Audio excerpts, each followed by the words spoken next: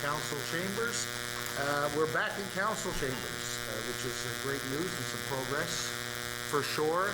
I know that we've had some bit of a scare in the last day or so, but hopefully that's all it is. And that should help you get through some testing, and we can get back to life as normal as we can make it.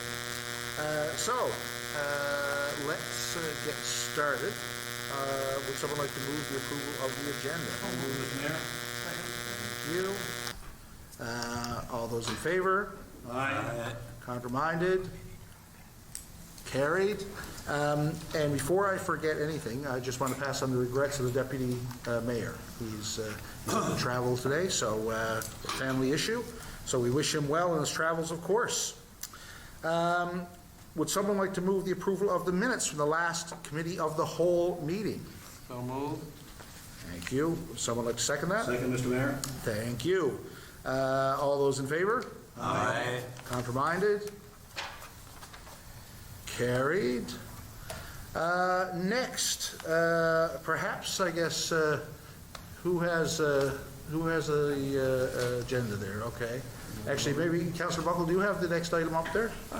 Confirmation of minutes? Yes, if you would.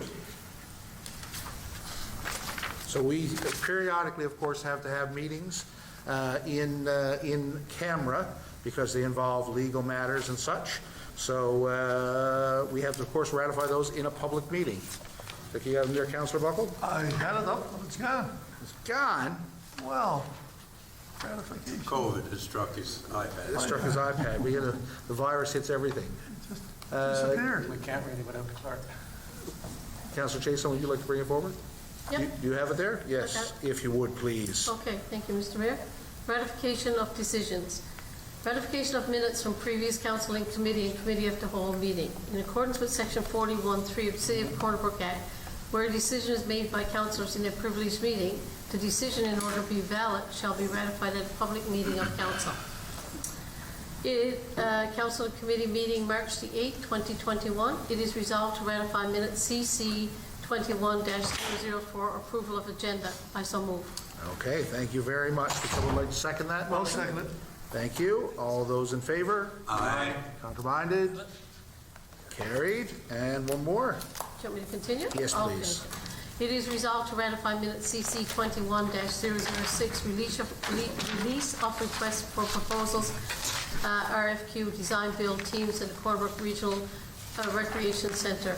It is resolved to release the design build request to proposal to Corner Brook Regional Recreation Centre to the Marco Group, Lindsay Construction and Palmer Law. I so move. Thank you very much. Would someone like to second that? Second it, Mr. Mayor. Thank you. All those in favor? Aye. Contraminded? Carried. Okay. Did we lose the clerk there for a second again? Yes? We did this, Mayor, we should probably wait for it to... The only good thing is that this is recorded. So through the miracle of technology, we do have the clerk virtually. Okay, are there any business arising from the minutes we need to address? Can I ask a quick question? Yeah, sure. COW 21-038, Code of Conduct of Council. Can we get an update on where that is right now, or is there... Yeah. And the review is complete, and so we're going to present it at the next meeting. at the next public meeting? Yeah, next meeting will come around. Okay, thank you. Yes, yeah. Will we be getting the information before the meeting, or? Yes. That's Okay. yeah, typical, Thank yeah. you. Okay, any other questions? Nope, that's it. Okay, we have some proclamations. We have two to mention tonight. We celebrated, of course, Transgender Day of Visibility, and that was on March 31st. And whereas Transgender Day of Visibility is a day recognized annually on March 31st that celebrates transgender representation, activism, and equality. And whereas Transgender Day of Visibility helps acknowledge activists, both in the present and throughout history, that have helped improve the lives of transgender people, therefore the City of Corner Brook is pleased to declare the day March 31st, 2021 as Transgender Day of Visibility.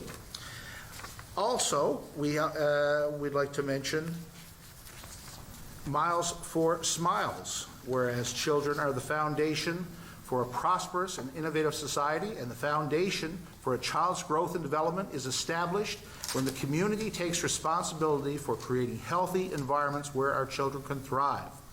Whereas all children deserve to have a safe, stable, nurturing home and community to foster their healthy growth and development, and whereas child abuse and neglect is an important societal concern that may affect the long-term health and well-being not only of our children, but also the adults they become. Therefore, I, Jim Parsons, do hereby declare the month of April 2021 to be Child Abuse Prevention Month in the city of Corner Brook.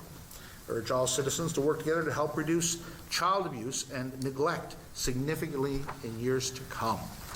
Thank you to those groups for bringing forward those important messages. Next, we have a Protective Services update. Councillor Carey, if you would, please walk us through the Coles notes of what our Protective Services Division has been up to. Mr. Mayor, each month the Protective Service is given a status update on the activity that's occurred within the department during that particular month. That's all I'm going to do tonight. I'm going to give a treetop version of that report. I'm not going to get into the intricate detail of it. Our MEO officers worked from home from March 1st through the 15th due to COVID, and in response to that, I guess we had our own COVID policy within City Hall that we follow, and that's in consultation with the CMO. For the remainder of the month, they were assigned front desk duties downstairs, again in keeping with the CMO regulations, I guess, and suggestions and whatnot in terms of COVID.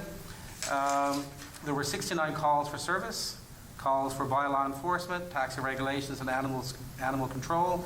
There were various calls that were forwarded, as well as parking enforcement, Mr. Mayor. There were 75 meter-related violations issued. That included 53 expired meters, 6 accessibility parking and handicap permits, and various other violations throughout the month.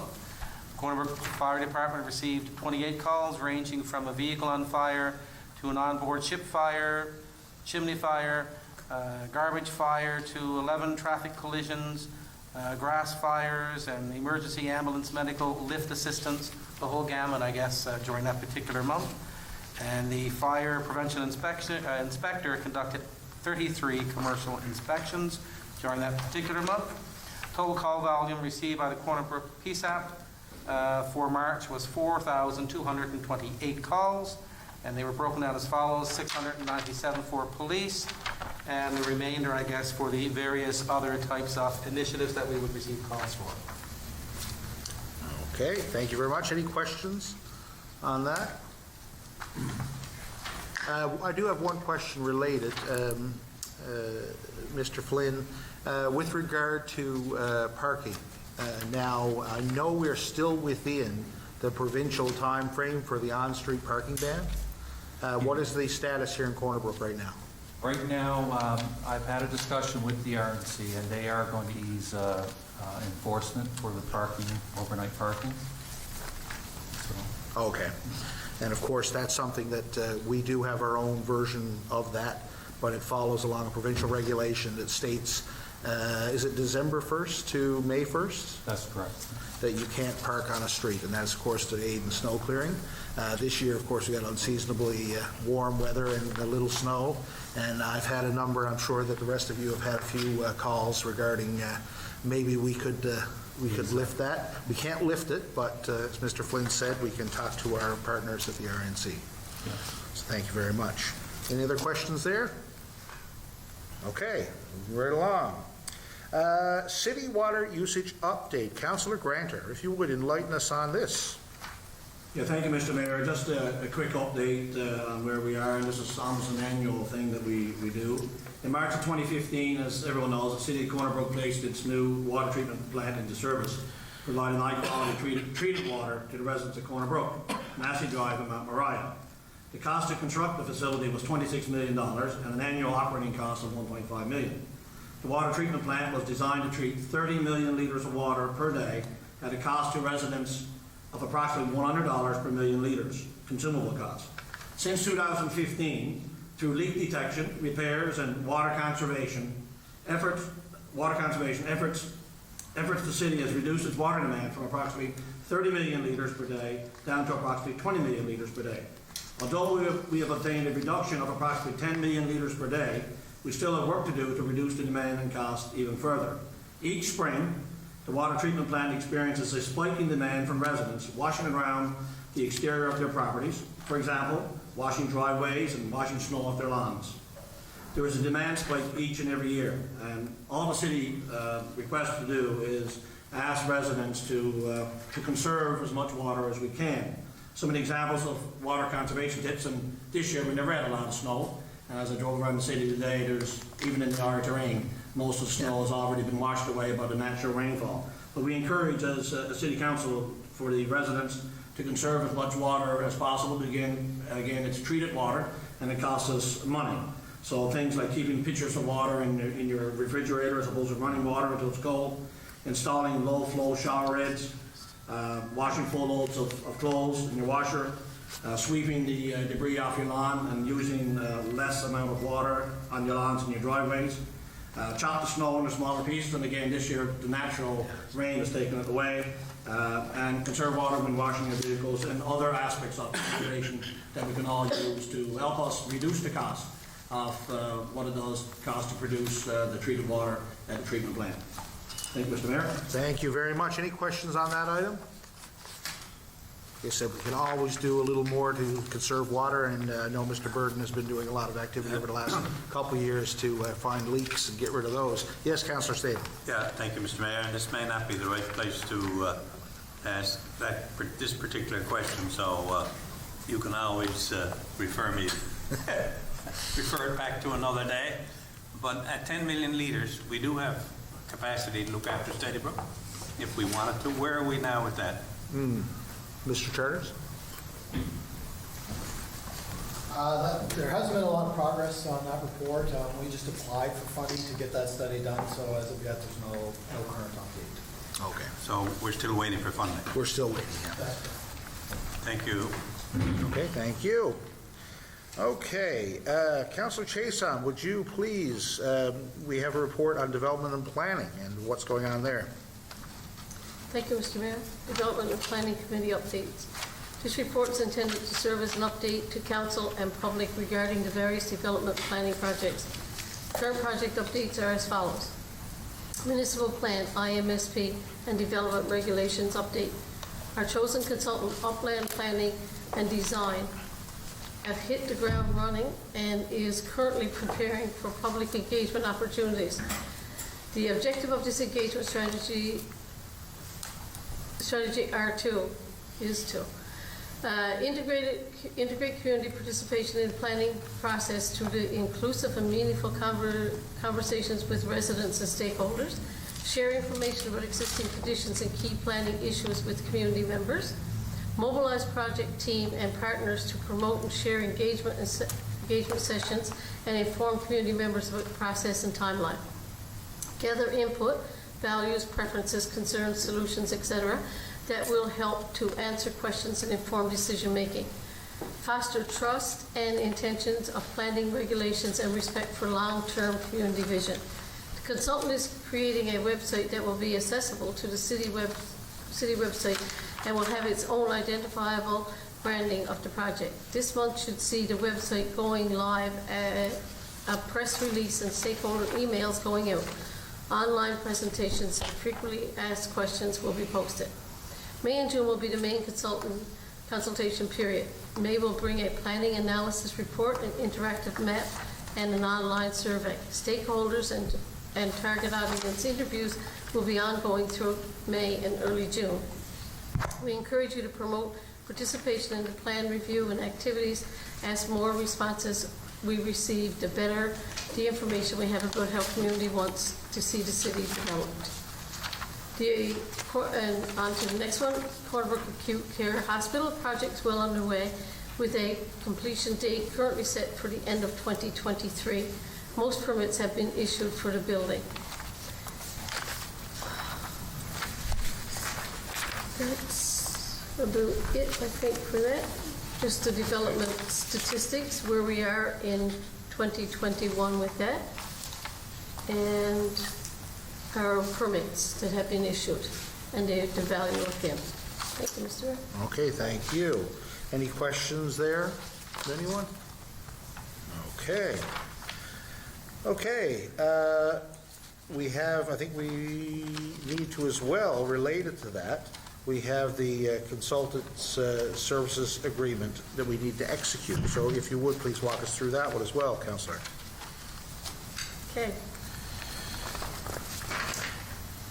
Okay, the subject matter consultative service agreement execution for City of Corner Brook IMSP and DR 2022 project RFP number 2020-34. The City of Corner Brook has prepared a consultative service agreement with Upland Planning and Design, Inc. for consulting services related to the Integrated Municipal Sustainability Plan, IMSP, and Development Regulations 2022 project.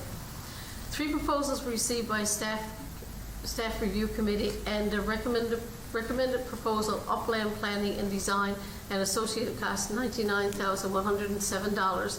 HSTs included in that, was approved by Council on February 15, 2021. The resolution be it resolved that the Council of the City of Corner Brook execute the consultative service agreement with the IMSP DR 2022 project with Upland Planning Development, Inc. for the estimated cost of $99,170, and HST is included in that. I so move. Thank you very much. Would someone like to second that? Second, Mr. Mayor. Thank you. Questions on this one? So just again, to refresh your memory, this was already approved, the tender itself, so this is just the execution of the agreement. Okay? It's always a bit garbly when you go IMSP and then all your numbers and everything else. I'm sure there's people at home thinking, what are they getting on with, right? But it all fits together. Yeah, and this is all related to, I guess, the zoning maps, our development regulations, so planning for the city. This engagement that we're going through right now is about a once in every 10-year kind of engagement. So we really look at the whole plan for the city at once and see if we need to make any major or minor adjustments for that matter. We're continually refining it. You'll see occasionally things come forward where people want to change a zoning boundary or change a development regulation, and it goes through a long consultative process. So this process now will produce a number of recommendations and do a lot of consultation with the public to make sure, I guess, we have a good plan for the next 5 to 10 years. And every time we have a change, we have to go through this. Yeah, and that's right. So this is a wholesale change, so we're doing a bunch at once right now. Yeah. Okay, so if there are no other questions, okay, all those in favor? Aye. Counterminded? Carried. Okay, next, Community Services Project Group update. Councillor Buckley. Yes, Mr. Mayor, been very busy. And the STAR program staff are working with funding partners to complete the remaining steps for this phase of the project. And a STAR advisory committee meeting has been confirmed for today, Monday, April 12th. And the goals of the meeting were provide an update on the project and project phase closeout, confirm the capacity building needs has been satisfied under current program, and gauge interest in serving on the implementation committee. And we're working on funding application with a core for the implementation phase of the project. The good one here is about the trails. Staff is working with Crown Lands to amend licenses to operate to allow for upgrades required with the project. And the staff are watching for funding announcements that they can use for this initiative. Branding, the RFP is complete and waiting for release once funding is confirmed. The visitor information, staff has worked with the Board of Trade on a new one-year extension to operate the VIC and to improve services offered at the location at Confederation Drive, and this was going to be coming forward later on in the meeting. And citizens should be happy that we're working on a program for the mill whistle this year with COVID-19 measures in place. It is expected that the program will look much different in 2019 and will include bubble rides and special events. So that's very interesting. We're also working on Jigs and Wheels Festival. And we're looking at, staff is looking at a modified Jigs and Wheels Festival for July 30th to August 8th. The planning committee held the first of many meetings to plan the week-long summer festival.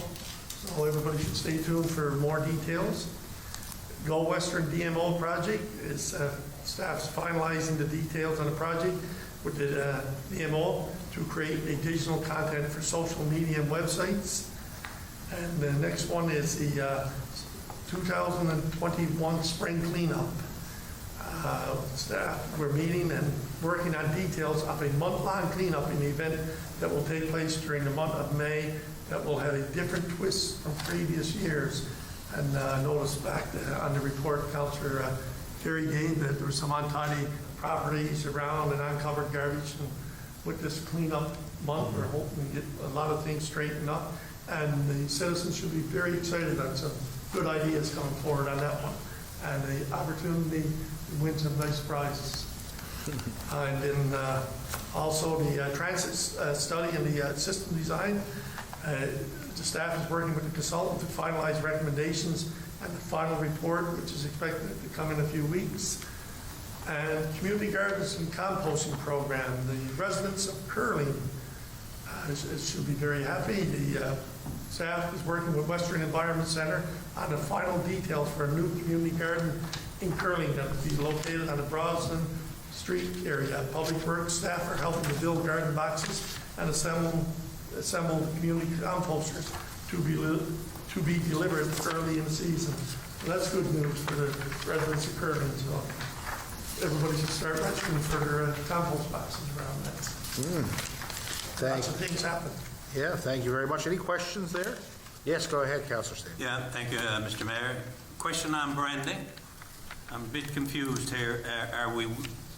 Has the concept of branding been established and we're just waiting for money to flesh out a finished product? Or have we done any branding analysis at all so that we know where we are with the branding? And maybe Mr. Charters, let us know where that stands. We were initially intending on doing the branding exercise during this phase of the STAR program, but we needed to cover off some other pieces of that project. So now we have the RFP created. We would be going out for a consultant to come in and help us with that branding exercise. And now we're waiting for implementation funding from a co-op. So that's kind of where that project sits right now. So it's two things. We're looking for funding and then for somebody And to do the branding, yes.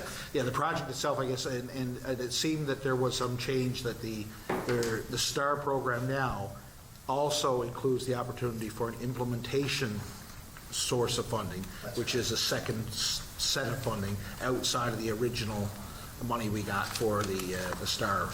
That's correct. Okay. Yes. Okay. Any other questions there? No, I think Mr. Mayor. we're all looking forward to seeing the Mill Whistler out again. And now we have 3 cars this summer. So I guess that would help facilitate perhaps the bubble rides a little easier to allow for some social distancing. And I think we need a boost though. So anything we can do to get that on the road again, I think we'd all welcome that for sure. Okay. Councillor Staben. You know, speaking of fun stuff, let's talk about gas tax funding. Really fun. Yeah, thank you, Mr. Mayor. FNA had a meeting back in March 24th. Some items were discussed, and this is one of them. So it's staff's recommendation, Mr. Mayor, to approve the 2020 gas tax funding annual expenditure report as presented, and it's attached in our package. So the background on that, Mr. Mayor, as per requirements of the gas tax funding agreement, each year the city is required to prepare and approve a report showing a full and detailed statement of revenue and expenditures of the city related to the gas tax funding on an annual basis. In 2020, the city received $1,267,687 in gas tax funding and spent $1,066,161 on paving projects. At the end of 2020, the city had $1,315,412 of gas tax funds available for additional projects. The city expects another $438,746 in funding under the 2021 agreement. Additionally, the federal government has proposed a bill to change the name of the funding to Canada Community Building Fund and to have a one-time increase in funding for 2021. And I think that's something else that we may be very fortunate to look for. So, Mr. Mayor, while there isn't a motion in our package, I so move that we adopt the gas tax funding expenditure report as presented. So moved. Second. Okay, thank you. Any questions on this item? Again, I hope that the budget does pass at federal level and this all goes through and we can get some more gas tax money. We need some infrastructure money for sure. There was a report that we were going to get another $983,000. Yeah. Yeah. We could use it. Okay, any other questions? No? If not, all those in favor, say aye. Aye. Counterminded? Carried. Next, we have some really happy news. Councillor Staben, will you tell us about the agreement with our outside workers? Yeah, thank you, Mr. Mayor. We recently negotiated an agreement between the City of Corner Brook and the Canadian Union of Public Employees, Local 706, CUPE, which is required to be approved tonight by our own Corner Brook City Council.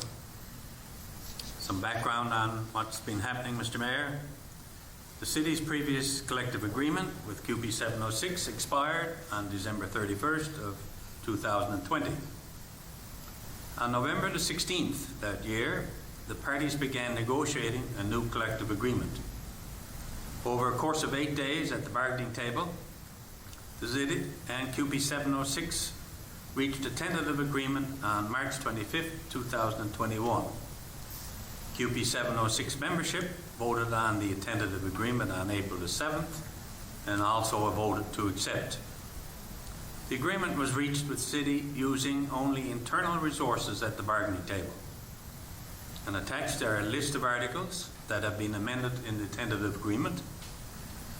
The substantive changes that are included in the agreement are as follows. 4-year agreement from January 1st, 2021 to December 31st, 2024. An 8% wage increase over 4 years, 2%, 2%, 2%, etc. Adjustments to sick leave provisions, agreements to review potential flexible work schedule options, and also, Mr. Mayor, there are a number of wording clarifications and improvements. Staff are confident that the increased cost as a result of agreement are within the financial parameters set by this council. Mr. Mayor, be it resolved that the Council of the City of Corner Brook approve the ratification of the labour agreement with the Canadian Union of Public Employees, Local 706, for the period of December 31st for the period ending December 31st, 2024. My apologies for that little boo-boo. So moved, Mr. Mayor. Thank you. Second, Mr. Mayor. Okay. Questions on this one? One thing, Mr. Mayor, I'd like to say is that the staff done a great job this year. I don't know overall how much money they saved by negotiating all these contracts for their union employees. That was good to see, and it's kudos to everyone that was involved with it. Yeah. Any other questions or comments? It's Yep. great to have labour peace. Yes, and I guess this marks the fourth now agreement for this council term, and I think all of them have been negotiated within in-house staff. And congratulations to Mr. Cumby and Mr. Park and their teams, of course. It is really good, and we've been able to get good relationships with our labour unions. It's very important for us here at the city to have a fair and vibrant workforce. So congratulations to them. Thank you to 706 for all your hard work on this, and we look forward to working with you moving forward. Okay, so I'll call for the question. All those in favor? Aye. Counterminded? Carried. Next, we have some update on our receivables. Councillor Staben. Yeah, thank you, Mr. Mayor. Well, we did say that the receivables might hit a crunch in March and April this year because of COVID, and I just want to give everybody a detailed update. Things are not quite as bad as we had expected. So, Mr. Mayor, at the end of March of 2021, there was a total of $7,276,502, with 2,303 accounts. That for 2021, it's a bit confusing, but if we go back to 2020, the total dollar value was $7,869,989, and which included 2,325 accounts. That's in March of 2020. Of these outstanding accounts, 364 were business tax accounts, totaling $1,668,414, which compares favorably to 416 accounts for business taxes, totaling $2,249,712 in March of 2020. So you can see, Mr. Mayor, that's quite a substantial improvement, almost at $500,000. As the challenges have begun to slow from COVID-19, staff are actively working to collect outstanding accounts. We encourage residents and businesses with outstanding taxes to make arrangements to have these accounts paid in full or to have a payment plan set. The failure to address any outstanding balances will result in the city taking further collection efforts, including water shut-offs, rental seizures, tax sales, statement of claim, or other legal action. So we encourage everybody, all account holders, to reach out to the city collector at 637-1568. And you have any questions, you can direct them to Michelle Walsh at cormac.com, and any concerns that you may have. We're here to work with you. So, Mr. Mayor, it's not quite as doom and gloom as we thought it might be. Thank you for that. Thank you. Any questions on that item? One quick question, kind of from this piece of information. Where are we this year with regard to the percentage of residents that are using the new service of online payments, using their credit card? Because this was the first year that the city had established that, and there was a fee associated with it to have that service. But I'm just wondering, what's the take-up? And I know it's a new service and people may not be used to it, but not to put anyone on the spot, but if you don't have the answers to that, we can bring it at a further meeting. Mr. Park?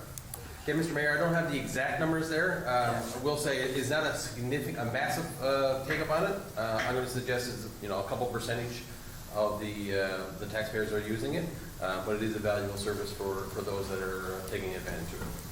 Okay. It wasn't quite what we thought would be the total numbers, correct? It wasn't as much as we had anticipated. There are a lot of people asking about it, inquiring about it, but when they're aware of the additional fee that they had to pay and themselves, a lot of them decide that they may not want to use it. Okay, thank you. Okay. Any other questions? No, it's certainly encouraging news, for sure. Just a point more than a question, Mr. Mayor. Oh, go ahead, yes. I noticed that some East Coast communities, and I'm not suggesting we do it, but certainly something that the Finance Committee can have a look at in the fall. Some East Coast communities are allowing taxpayers to pay the taxes out over the year without penalty as a means to actually increase the total collection overall versus the unpaid portion. Certainly something that we may want to look at here. I guess that would weigh the percentages of lost revenue versus gaining the additional revenue and whether or not it would or would not be the actual case. Certainly something that we should probably look at. Yep. Okay. Okay, any other questions there? Okay, moving right along. Councillor Buckle with some updates about the Civic Centre. Yes, Mr. Mayor, the identification of the UK variant B1.117 Newfoundland Labrador with its increased transmissibility and potential for severity of the disease changed the Foundation for Sport and Recreation in the province, including its reintroduction. Announcements by the Chief Medical Officer for the province of Newfoundland and Labrador over the past 6 to 7 weeks significantly impacted operations and users of the Civic Center. Some of the key announcement dates were February 10th was the closure of all recreation facilities provincially. February 13th, complete lockdown. Province moved to level 5. March 13th, Western Region moved to level 3. And on March 27th, the entire province moved to level 2, once again. As the CMO began reducing the restrictions attributed with levels, there were changes to the previous existing guidelines for each level due to the variant. This required a reinterpretation of the public health guidelines at each level. Staff have worked and continue to work with governing bodies of sports, recreation, other communities, and public health officials in the creation of the new guidelines for the Civic Center. As an example, previously in level 2, spectators were permitted to view activities in the arenas. However, under the new level 2 guidelines, only parents of children requiring assistance to dress are permitted as spectators. This remains an ongoing process to ensure compliance with public health during this most recent opening phase. Future changes are expected on a regular basis. Over the past several weeks, the Civic Center began opening a variety of activities, and the dates were the natural therapies, March 15th, level 3 was taking place, walking track, March 18th, meetings and training sessions, Forever Young Fitness Center on the 27th of March, Saltos on the March 27th, level 2, studio reopened on March 30th, level 2, the Kinsman Arena opens March 31st, level 2, and the religious gatherings and church service April 2nd, level 2. As anticipated, most groups expressed an interest in returning to sport, recreation, walking, and other activities, including meetings, training, and craft shows. However, some groups have decided to end their season, such as Cornbrook Minor Hockey and Ladies Volleyball League. The decision by the Cornbrook Minor Hockey Association to end its season eliminated the possibility for opening both ice services at the Civic Center, and as such, the ice was returned to just the Kinsman Arena. And the demand for recreation for both the Kinsman and studio remain high, as well as an interest for meetings and other non-recreational activity. It is expected this trend will continue until late May, early June. As well, the anticipation of vaccines for a majority of the province by the end of June should allow for regular summer programming. Work on summer programming will continue over the next several weeks. Thank you. Okay, thank you. Any questions on that? The operations at the Civic Center? Okay, and as well, related to that, Councillor Buckle, we have some updates on from our Recreational Services Division. Yes, with the reopening of the Civic Center, Mr. Mayor, the Civic Center studio update, the city's Recreation Department would like everyone to be aware of updates for programs at the Civic Center and summer planning. Active Tots program is an unstructured physical activity program specifically for children aged 0 to 5. It is a guardian-led program that includes ages appropriate equipment to help children develop physical literacy skills while socializing. Active Tots will resume on Tuesday, April 20th, and will run on Tuesdays and Thursdays from 9:30 till 11 a.m. and it's free of charge. Registration is required and can be completed on our website. Participant numbers are limited due to COVID-19 alert level restrictions. Older Adult Fitness with Nora. Older Adult Fitness with Nora Lundergan will take place on Monday and Wednesday, 10:30 to 11:30 a.m. This fitness class is geared towards older adults and seniors by using chairs, Pilates bands, and balls. Nora is a talented, certified instructor who can accommodate all fitness levels within her class. To register, please email Nora Lundergan at yahoo.ca. A $2 fee is required, and participant numbers are limited to the COVID-19 level restrictions. Summer employment at the Margaret Water Park. Recreation Services is currently seeking applications for summer employment at Margaret Water Park. These positions include Margaret Water Park events coordinator, full-time lifeguards, and part-time lifeguards. Details of each position can be found on our website, www.cornbrook.com. those interested can send their resumes to prayers@cornerbrook.com. Applicants for lifeguard must possess first aid, CPR, lifeguarding certification, and be 16 years of age by July 1st, 2021. Good news here, Rib Fest is a cross-country barbecue competition that travels city to city to raise money for charity while providing locals and tourists with delicious professionally smoked ribs. The city of Cornerbrook is working closely with Rib Fest organizers to secure the event for summer. Given all the logistics in place, especially COVID-19 regulations, Rib Fest is expected to be held September 3rd to the 5th this year at the Cornerbrook Civic Center parking lot. More information regarding Rib Fest will be available on our website and social media later this summer. I'm getting a little bit hungry now. Fred Basher softball field. The Fred Basher softball field on Wellington Street will undergo infield upgrades in spring 2021. Recreational engineering and public works are working closely on developing a mix of material that will provide a safe playing service for participants. Work is expected to begin as soon as possible and have little to no impact on the softball season. And everybody should stay tuned to our social media for details of exciting contests and activities and events we have planned for 2021. Please keep an eye on the Cornerbrook Civic Center social media and website for updates, rules associated with each program, and due to the public guidelines, social distancing and masks are required at all times unless a participant is engaged in intense activity. Coaches should wear a mask at all times unless socially distanced from participants, and contact tracing will be completed upon entry. And the doors will only be open 10 minutes prior to any activity starting. That's a little update there. Okay. Thank you very much. Any questions on any of that? There's a lot there. There's a lot there, yeah. Okay. Okay, let's move right along. Councillor Carey. Usually, of course, the Deputy Mayor would handle this one, but Councillor Carey, maybe you could tell us about some capital project updates that are here. Mr. Mayor, the report is intended to serve as an update for council and the public regarding the various capital projects being undertaken by the city. The current project update is as follows. Cornerbrook Regional Recreation Center, the design build request for proposals, the RFP, has been released to 3 proponents. From the request for proposal stage of the project, the RFP is currently scheduled to close on Friday, April the 30th. Staff is in the process of engaging an operational consultant to assist with the detailed design review of the facility and to assist the governance committee in developing an operational model for the new facility.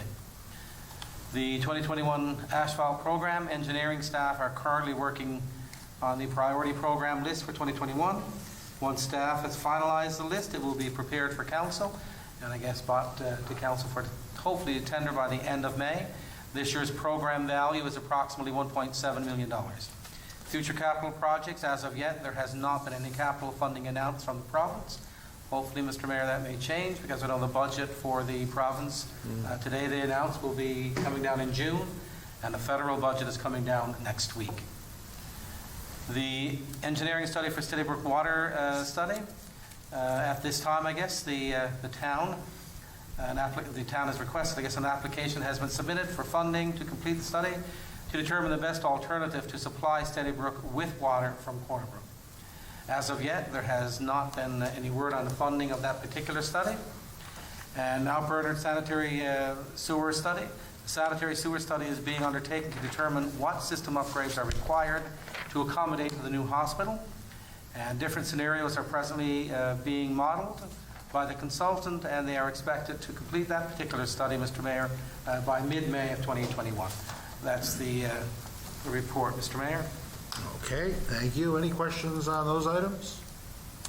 I have Okay. a question, Mr. Mayor. It's not directly related to this, but when I look at the agenda, it's probably the most appropriate time to ask this question. Yep. And like I said before, the answer don't need to be here tonight, but it could come to a public meeting.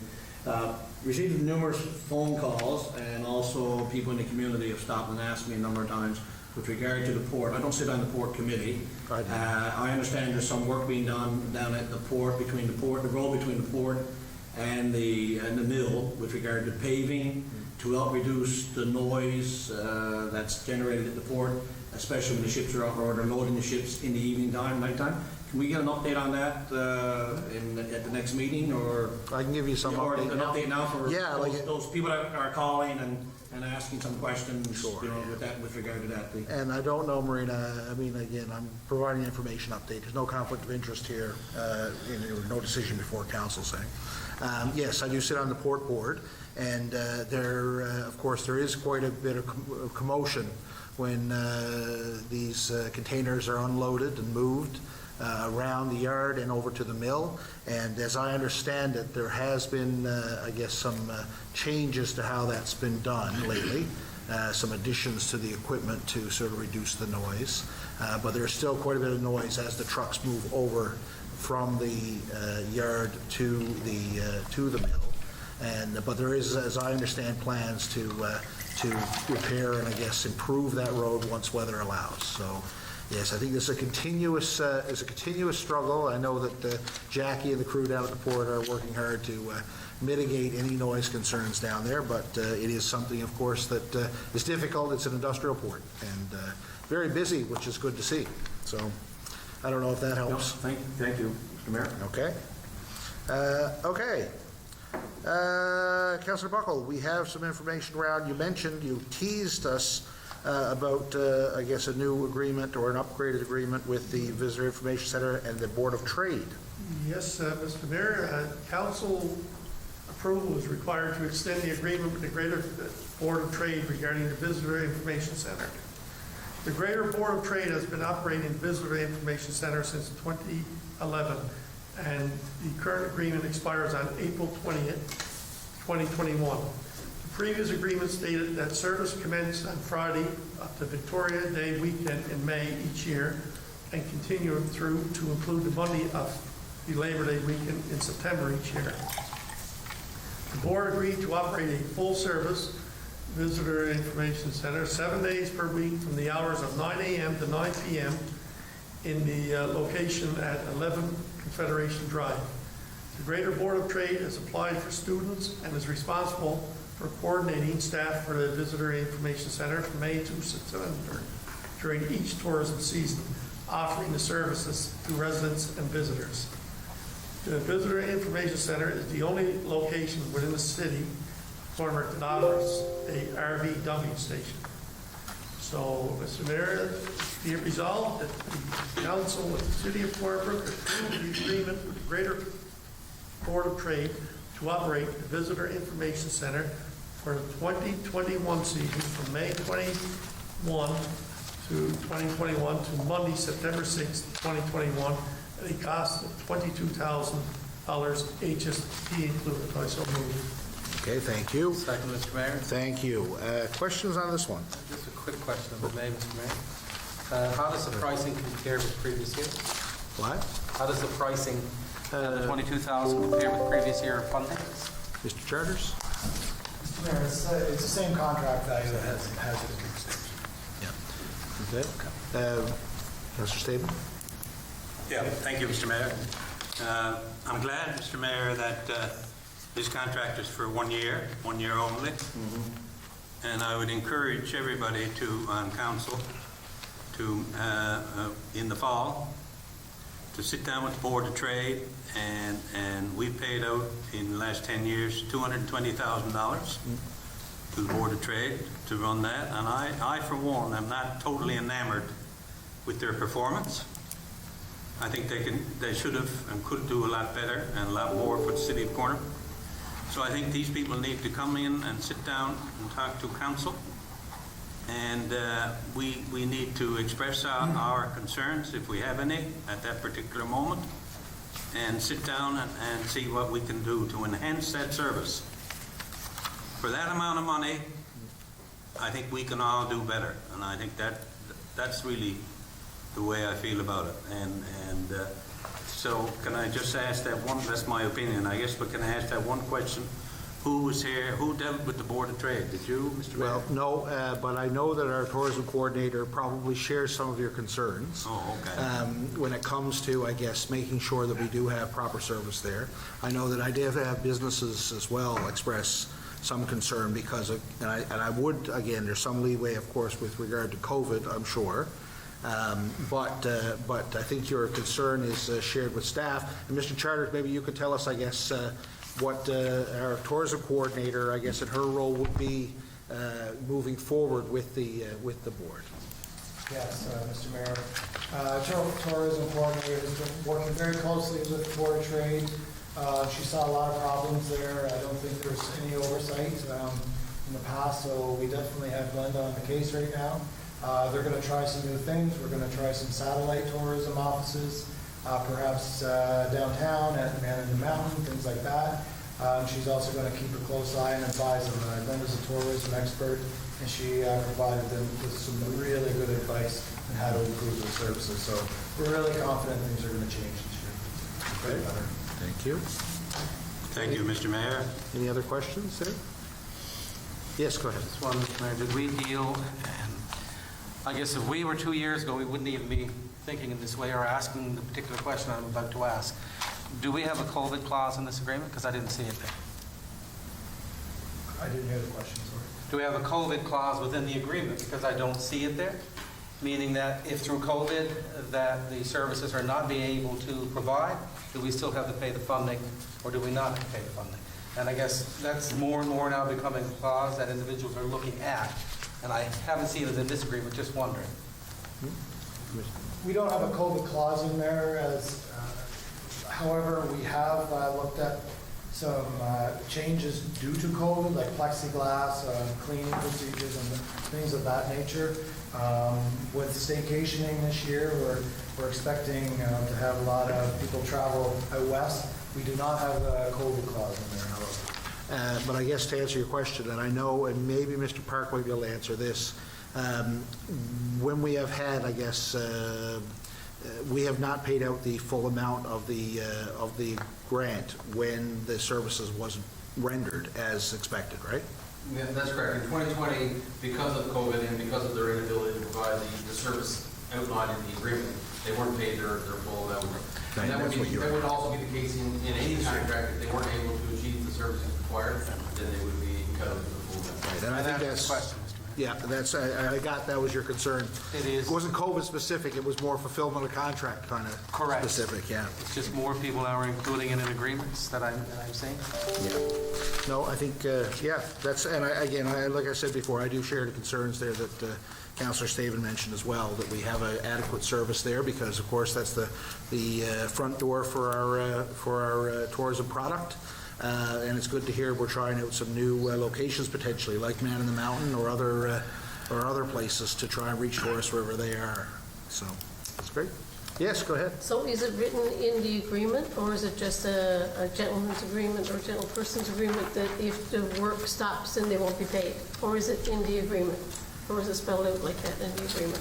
Well, it is a contract, so the contract specifies here's the compensation that they would receive, and here's what they have, the outcomes that they have to achieve. So if they don't receive the outcomes, they don't receive the compensation. Thank you. Good. Okay, any other questions before we vote? Okay. All those in favor, say aye. Aye. Counter-minded? Carried. Next, pavement markings. Oh, my goodness, it's only April. Councillor Granter. Thank you, Mr. Mayor. Yeah, it's good to sit here in April month, we're talking about pavement markings or cleaning up the city streets. So the current contract for pavement markings has expired. Public Works, Water and Wastewater issued a tender for the installation of pavement markings for a period of 3 years. The tender closed on April the 9th, 2021, and all compliant bids are listed below, HST included. Provincial Pavement Markings Incorporated, $65,147.50 annually. So proposed resolution, be it resolved that the Corner Brook City Council award the 3-year contract for the installation of pavement markings to Provincial Pavement Markings Incorporated for the annual amount of $65,147.50 HST included. So moved, Mr. Mayor. Thank you very much. Seconder over here. Questions on this one? Yes, go ahead. A couple of questions, Mayor. When we were discussing this a number of years ago, we were looking at a hybrid program of whether we were going to have employees do a portion of it, and we were going to contract out a portion of it, whether we were going to have the employees do all, or they were going to contract out all. What were ever the results of that? Mr. Burden? Yes, Mr. Mayor. So we're still going with the hybrid, so that our workforce, internal workforce, will do the arrows and the crosswalks, and the contractor will do mostly lawns. Okay. Any other questions there? Just one. Yeah. Councillor Buckle has one first, Mr. Mayor. Go ahead. I'm just wondering now if the weather stays warm again, I guess hopefully we'll get an early jump on it. I noticed we got the street cleaners going to start going around cleaning up soon, right? Yeah, so as soon as we get a bit of headway with the street cleaning and we'll have the line painting started, and as soon as the temperatures permit. Perfect. Okay. Yeah, go ahead. Mr. Mayor, I noticed that we only had one compliant bid, so I guess how does that tender compare to last year's tender price-wise? Last year, the final invoice for the contractor was $88,000 taxes in, so this was significantly less than what we're used to, and fingers crossed, we're hoping for a quicker turnaround on this work. Thank you, Mr. Mayor. Okay. Yes, go ahead. Yes, or Jason? Me? Yes. Oh, I guess a question from Director Burden. In-house will do the arrows and crosswalks. Yes. So the contractors will do, They do all the center lines, so that's all the solid lines, all the dotted lines, and they also do all of our parking lots. And Ivan. okay. And islands, cross-hatching, that kind of stuff. That's, it's a specialized equipment you need that's for that type of work. That's why we contract it out, whereas we have the equipment in-house to do anything besides the actual lines. Okay, thank you. I wasn't 100% sure on exactly what we were doing. Thank you. Any other questions? Okay, so let's take it to a vote. All those in favor, say aye. Aye. Counterminded? Carried. Excellent. Oh, now it's a very exciting one. I guess it's getting to that time of year. Recreational vehicle regulations. Councillor Carey, would you enlighten us, please? Mr. Mayor, in accordance with Section 39 of the City of Corner Brook Act, a notice of motion is required for the amendment, repeal, or passing of bylaws, regulations of the City of Corner Brook. Whereas Sections 201 and 202 of the City of Corner Brook Act authorize council to make regulations prohibiting or controlling the operation of recreational vehicles not licensed under the Highway Traffic Act on public roads and bridges, and further, Section 10 of the Motorized Snowmobile and All-Terrain Vehicle Act 1990 authorize council to make regulations permitting the driving of vehicles or a class of vehicles along or across a highway or part of a highway in a municipality. Notice is hereby given that at the public meeting on, I'm assuming whenever that is in April, the clerk will know that, and we'll set it tonight. I notice it's on the agenda. The motion will be brought forward at that meeting for consideration.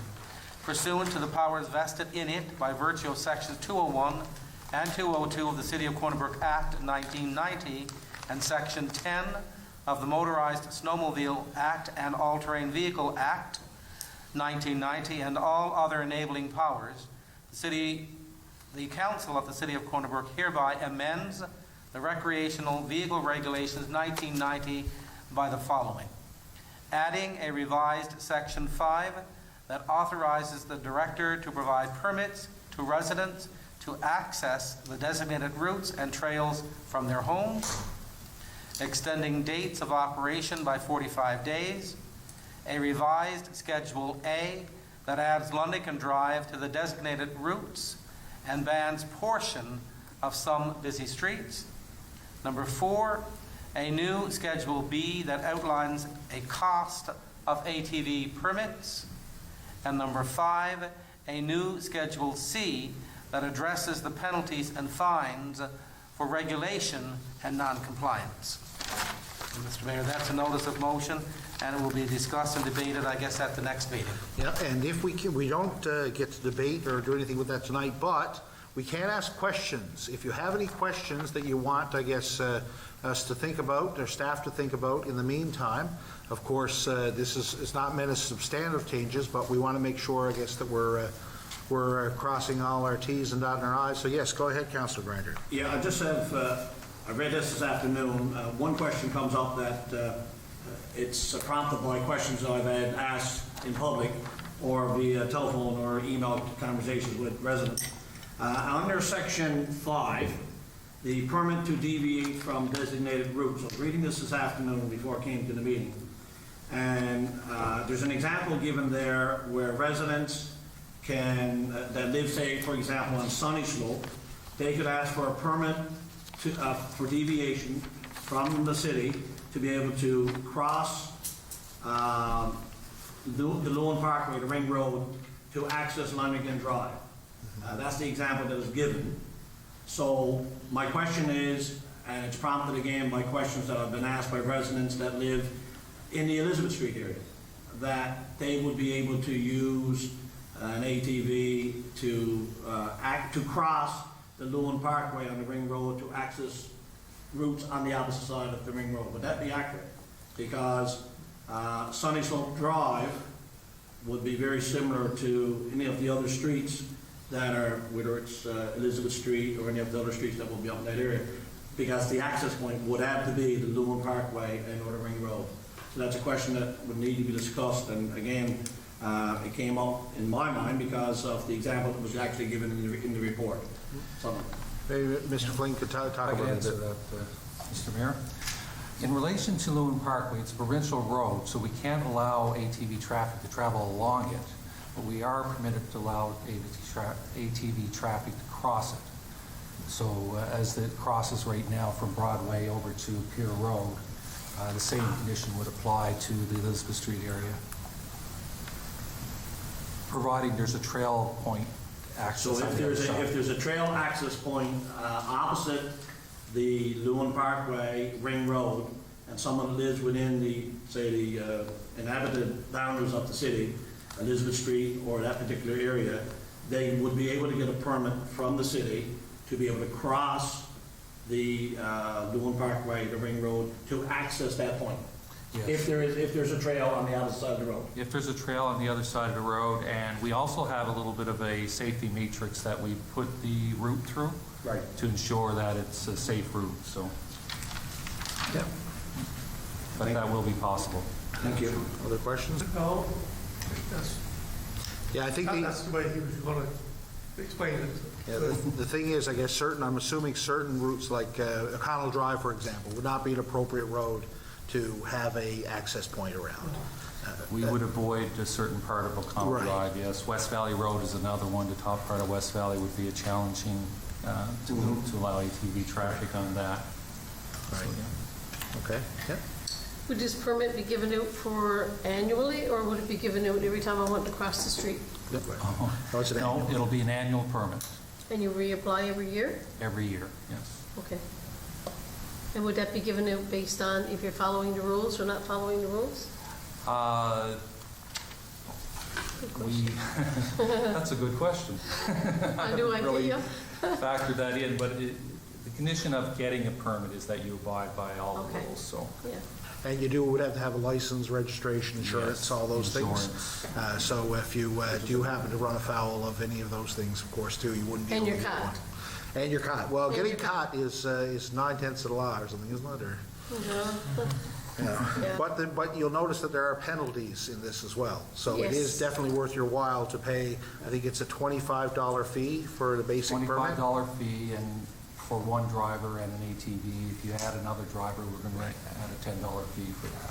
Right, but it's for the convenience of not having to put it on a trailer. Exactly. That's a lot of residents that I spoke to on that, and I wasn't sure of the price or anything. I said, I guess it's going to be anywhere from 25 to 50. I didn't know. Yeah. And anyway, that's a great idea. So there, oh, sorry. Go ahead, yes. So would there be a... John raised her hand, so I'll go after her, sir. I'm going to ask you a question you want, yes, sir.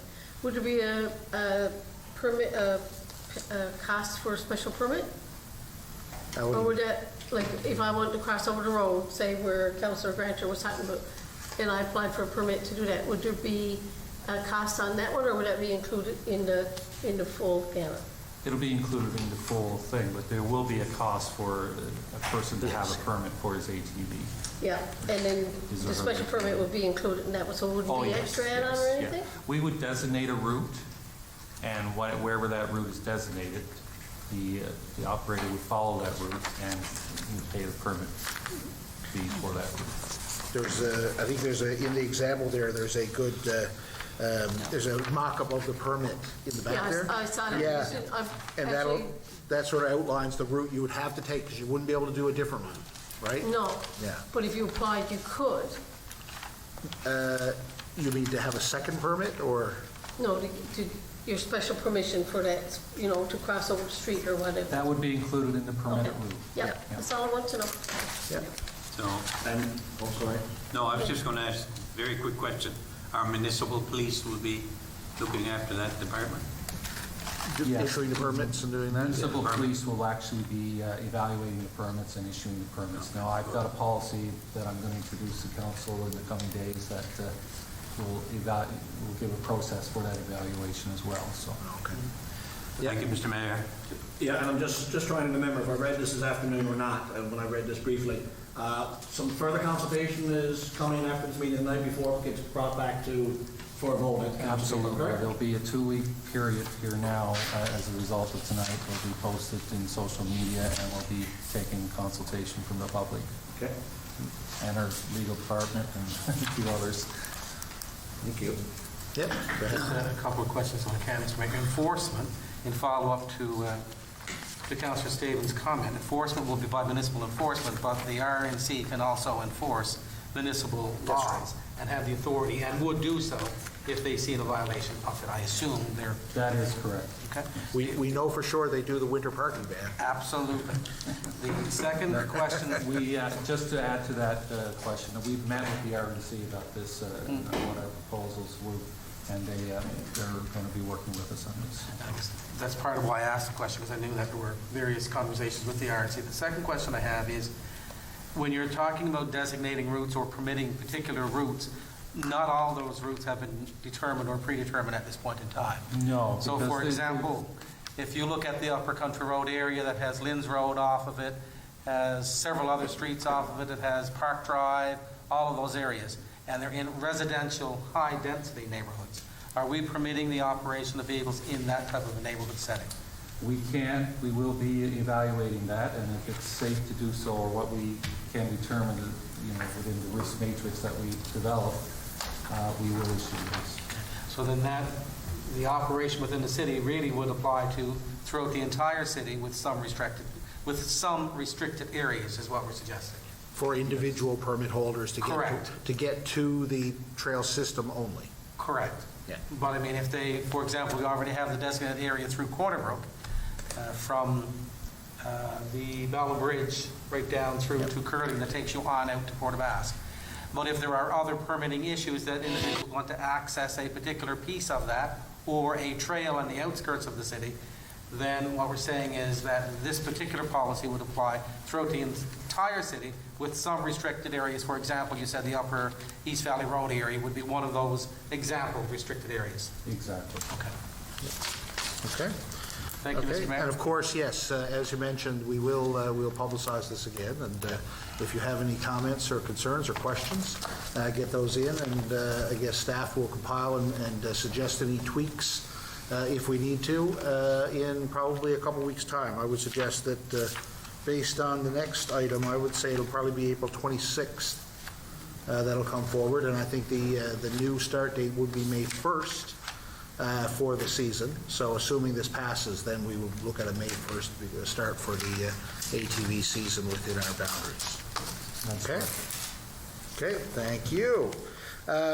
We do have, I guess, as another information item, our council schedule coming up, and I won't go through them all individually, but basically, we will be having a alternating committee of the whole and regular meetings for the next, twice a month for the next number of months, so bi-weekly, basically, with some exceptions. And it's, again, our standard sort of process. I don't know if anyone has any questions there or any concerns about the dates. I don't know about September 27th. Okay, that's the, what is the election? Right, so, busy day. Okay, any questions there? Yes, go ahead. So, Mr. Mayor, we're not taking the normal scheduling that we've done for the summers for the past 3 years. We're going right through with 2 meetings? Because normally we kind of break those up in the summer and we don't have as many meetings?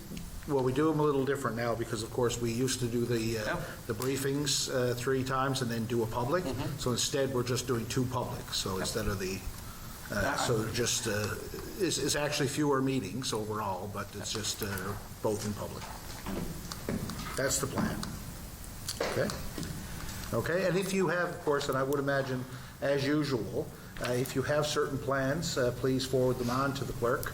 And of course, if we see that there's going to be a number of councillors missing at a particular time, then of course, I'll work with her to work and see if we can figure some other arrangement. Okay. Okay. And last but not least, speaking of the election date, Councillor Staben, maybe you could tell us about the municipal election, and again another notice that we will provide. Yeah, thank you, Mr. Mayor. It's amazing how fast 4 years can pass by. Makes me nervous. Mr. Mayor, the issue at hand and the task is to bring forward items requiring council approval as stipulated in the Municipal Election Act. The specific item are as follows. First of all, Mr. Mayor, appointment of alternate returning officer, vote by mail regulation, and also notice of motion. Background for this and why we're doing it. The Municipal Election Act of 2001, the Act, provides that council must take decisions on several matters relating to the holding of a municipal election. These include the appointment of an alternate returning officer, and also vote by mail regulation, a notice of motion. For the vote by mail regulation and their notice of motion, as of March the 1st, 2021, council passed a motion to approve vote by mail as an alternate voting option for the 2021 municipal election. Pursuant to Section 54 of the Municipal Election Act, vote by mail regulations have been drafted and are attached hereto. As required by legislation, a notice of motion is being brought forward as follows. I'm going to do that now, Mr. Mayor, in accordance with Section 39 of the City of Corner Brook Act, RSNL 1990 C/16. Take notice that I will, at the next meeting of council, move to adopt vote by mail regulations as attached hereto. On the issue of alternate returning officer, Mr. Mayor, the Municipal Election Act designates the clerk as the returning officer for the municipal general elections and requires the appointment of an alternate returning officer to perform the duties of the returning officer in the event the returning officer cannot perform these duties. It is recommended to appoint the legislative assistant as the alternate returning officer for the 2021 municipal election.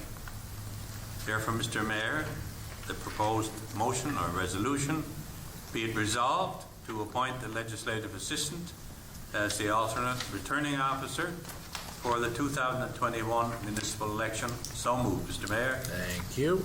Seconder, Councillor Buckle. So questions on that? Yes, go ahead, Councillor Chason. Who is the legislative assistant? Currently, that would be Jessica Smith. Be Jessica Smith. Yep.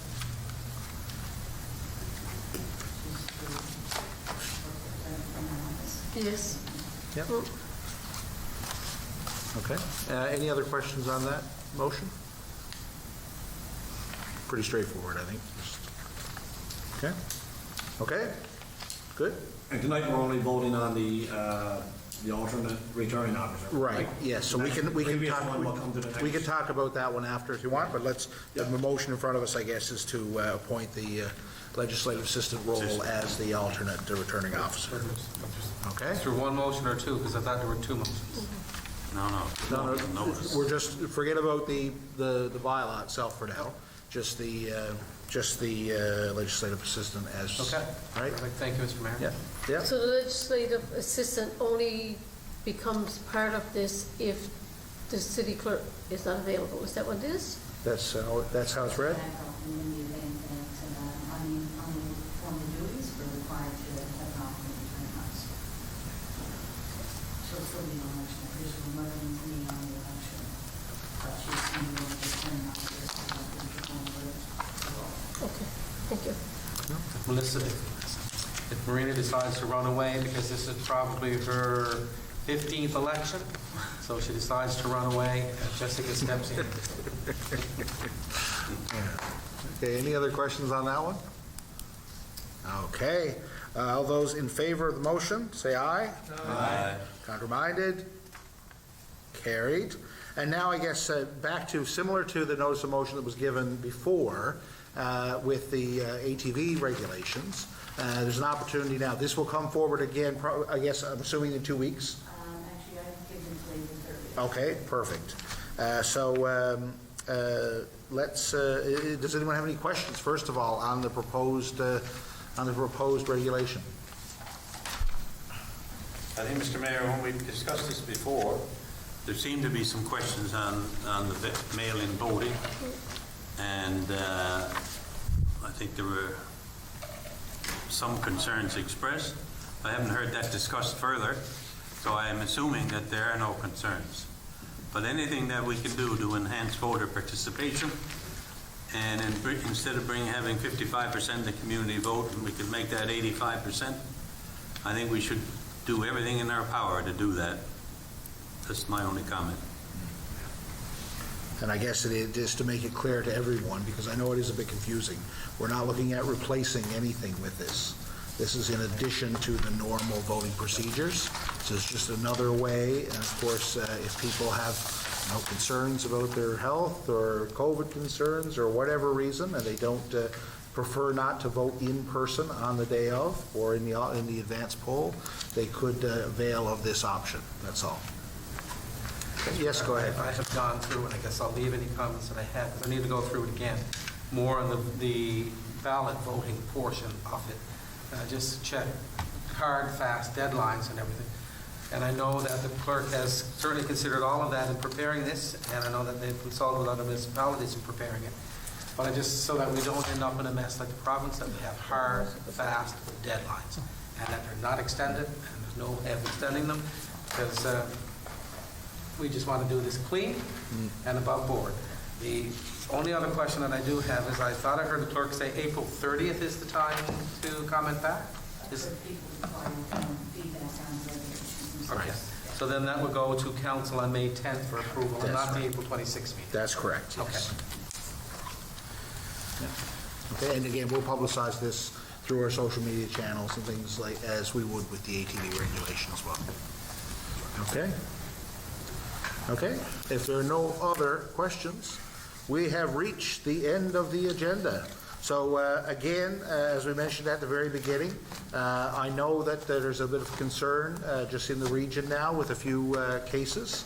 Again, I would urge everyone to have patience, just follow the rules, and continue to follow the rules, of course, but also keep up on those updates. Western Health may do some more testing and some more things just to find out, I guess, what the state of the virus here is. There's no need for concern, and I had a call with them earlier today on the vaccine rollout, which is going swimmingly. We are approaching about 25% here in the Western region, and we're getting really high uptake among the target group, of course, the 70 plus and the Indigenous adults. and they seem to be very bullish on the timelines, and vaccine is rolling in. So I'd urge you, of course, to, when the time comes, sign up for your vaccine. And in the meantime, follow any orders that are out there. And if there's opportunities to have like random testing like they did today, they're doing today, tomorrow, and Wednesday. That's all full now, of course. But if they have those opportunities, I'd suggest you avail of them. It just helps everyone get an idea and give them some data on where things are. That's all it is. There's no reason for concern. And they assured all of us today on the call that, again, there's no need for further measures at this point. Just follow the rules and we'll all be all right. Yes, Councillor.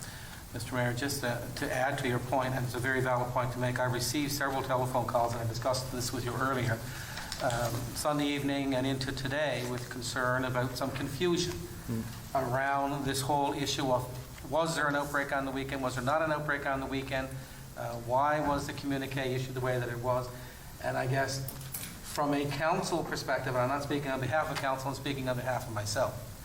I did make some inquiries. There is no cause, is what we're being told at the present time, for any level of heightened concern with respect to any type of a large outbreak or a outbreak the scale that we've seen in other parts of the province. And I guess the information I received is we don't need to be worried about that. The information you received is we don't need to be worried about that. So individuals should do as you said, but as well, only pay attention to information that comes from a critical source. Rumors are not a critical source, and they cause unnecessary concern, unnecessary anxieties, and in this case, over the weekend, unnecessary panic, because my phone never stopped. Yeah. And I'm sharing the same information here that I shared with them. Listen to the source. And that's all I wish to say on it. No, absolutely. Good message. Thank you all very much. We'll see you here again in a couple weeks. Thank you. Meeting adjourned.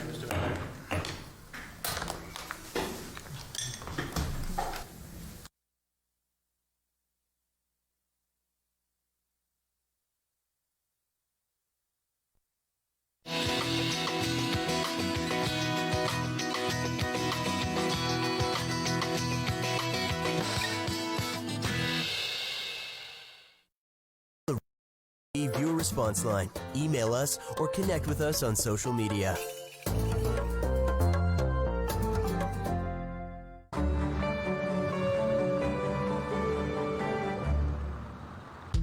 Sometimes it's hard to say goodbye to an old friend. But when you're saying farewell to your vehicle, Kidney Car makes it fast and easy. Just call or visit our website. We'll take any vehicle in any condition and give you a tax receipt